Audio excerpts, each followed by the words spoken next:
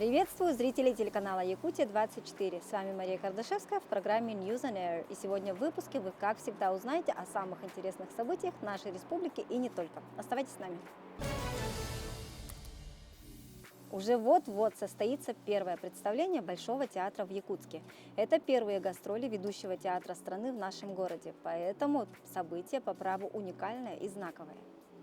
23 и 24 сентября ведущие солисты легендарного театра выступят на сцене Государственного театра оперы и балета. Среди гостей, прилетевших в Якутию в количестве 112 человек, звездные имена: Нина Копцова, Кристина Кретова, Александр Волчков, дирижер Алексей Богоград и другие. Московские артисты представят в Якутске знаменитый балет «Кармен Сюита», поставленный на основе оперы Жоржа Бизе «Кармен» и оркестрованный композитором Родионом Щедриным, а также отрывки из классических балетов репертуара Большого театра под названием «Дивертисмент». Каждый спектакль, он неповторим. Да? Каждый спектакль, он несет частичку нашей души, мы дарим публике. Мы чувствуем, как публика реагирует на наши жесты, на наши движения. Да? И это как происходит такое единение, квинтэссенция. И это как маленькое чудо, которое рождается каждый раз новое, и оно неповторимо. Поэтому я считаю, что это самое ценное в нашем искусстве исполнительском, что каждый раз рождается неповторимый спектакль. И тот зритель, который приходит, допустим, сегодня на спектакль, он увидит то, что никто никогда не увидит. То есть это ценно. В Хангаласском Улусе в местности Ортодойду около 800 человек приняли участие в съемках клипа, посвященного 85-летнему юбилею первого президента республики Михаила Николаева. Идея снять клип на песню «Махталыр» — это песня благодарности, принадлежит общественности Хангаласского Улуса. Песня была написана еще в начале 2000-х годов. Режиссер клипа Михаил Лукачевский. Съемки очень хорошо, погода очень прекрасная, солнечная, маленько ветер, но нас грело то, что мы все вместе стоим рядом и посвящаем именно этот видеоклип нашему выдающемуся человеку Михаилу Ефимовичу, первому президенту, земляку нашему. Поэтому он многое сделал для нас, для Хангаласа, для республики. Поэтому дань уважения — это очень как раз необходимо от нас именно, от населения, от земляков. Зима в Якутии наступает.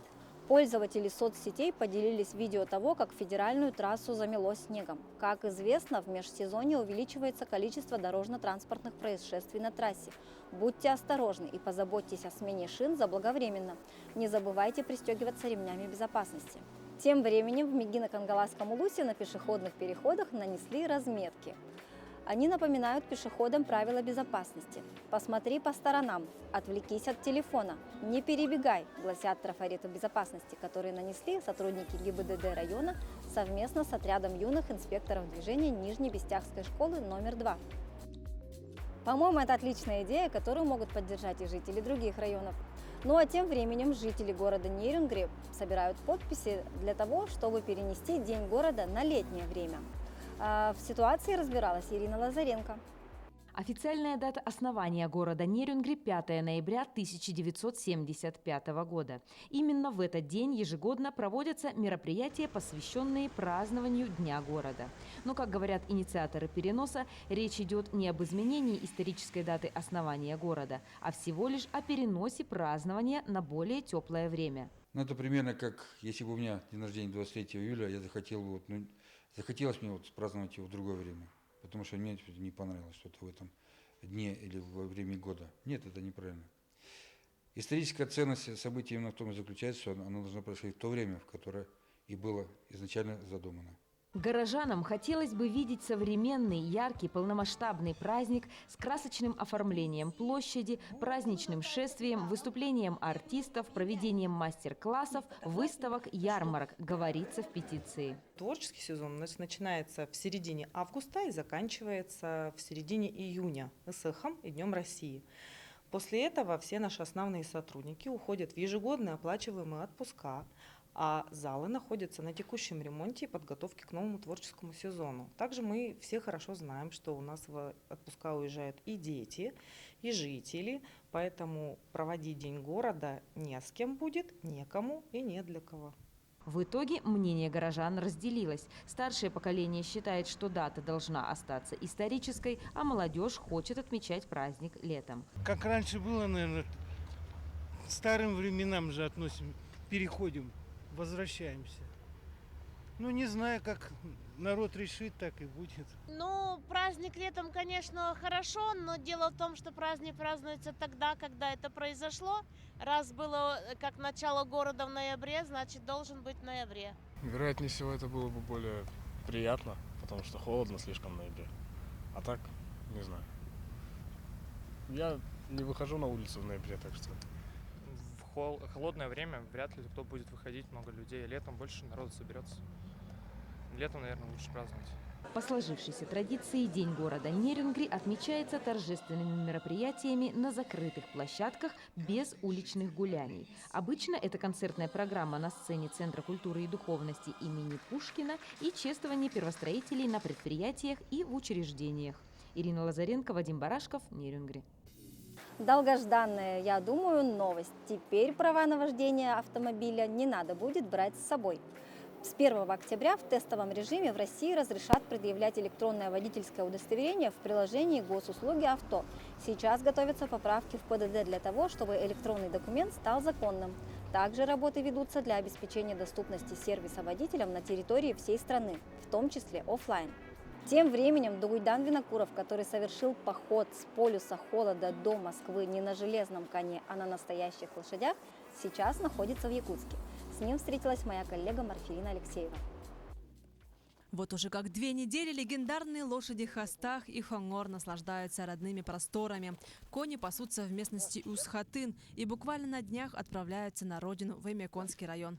Легендарные они, потому что за год и 4 месяца верхом на них был преодолен сложнейший путь расстоянием в более 11 тысяч километров от полюса холода до Москвы. Так Дугуйдан, Хастах и Хонор продемонстрировали всем, что якутская аборигенная порода лошадей самая выносливая и при этом совсем неприхотливая. Вот посмотрим на Хонгора. Вот якутская порода лошади, у них вот шея короткая и широкая. И грудь у них очень широкая. Вот этим она отличается от других пород. И ноги у них намного шире, чем у монгольских и других аборигенных пород. Скулы грубые. Но это все особенности аборигенной породы. Но якутская порода отличается этим. А выносливость всадника не удивляет его близких. Отец Дугуйдана рассказывает, что сын верхом на лошади с младенчества. 9 месяцев была. Мамка была и Дугуйдан я втроем. С маленьким ребенком не страшно было? Нет, почему? Там дождик был, снег был, ветер был.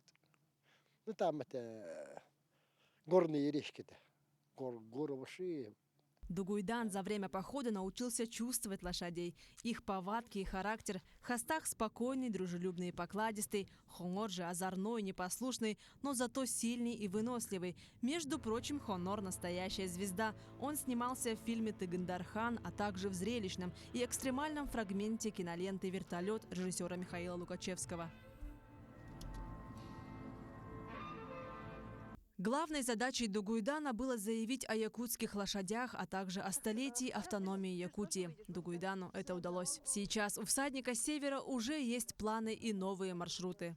Где-то в январе, в конце января или в начале февраля начнется еще один поход. Хотим поехать в сторону Магадана. Самое холодное время года. Надеюсь, все получится. А еще хотим сделать большой музей для коня и еще туристический турбазу. Таким образом, Дугуйдан совершит поход в самое морозное время года, а вернется в Аймякон к Исеху-Олонхо, который в этом году состоится в Аймяконском районе. Марфирина Алексеева, Семен Семенов, Якутск. В предыдущих выпусках я рассказывала вам о методе борьбы со стрессом при помощи музыки, а сегодня хочу рассказать о методе борьбы с чувством недолюбленности. Он называется добаюкивание. Этот метод активно применяет психотерапевт с 19-летним стажем Валентина Алексеева. Валентина Алексеева – опытный психотерапевт. За ее плечами более 10 лет работы в психоневрологическом диспансере и частных клиниках столицы. Сейчас у нее свой кабинет. Специалист прошла обучение по новой авторской методике добаюкивания. Суть метода заключается в том, чтобы человек заново прожил все ключевые моменты детства, начиная с нахождения в утробе матери и до возраста, когда формируется отношение ребенка к миру через взаимоотношения с родителями. При этом он должен испытать положительные эмоции. В практике участники делятся на роли ребенка, мамы и папы. Первый этап – это тогда, когда человек ложится в гамак. Это называется внутриутробный этап, и там создается такое чувство невесомости, ощущение утробы, что человек находится в животе у мамы. Звучит очень специфическая музыка, которая имитирует такое, знаете, движение кишечника, урчание кишечника, как будто легкие дышат. Ну и понятно, звук сердца, ударов сердца. Очень специфическая музыка звучит, и где-то в течение часа человек находится в гамаке. В это время человек, который играет роль его мамы, он может просто сидеть рядом, может просто качать, может трогать руками, может еще что-то, просто поглаживать.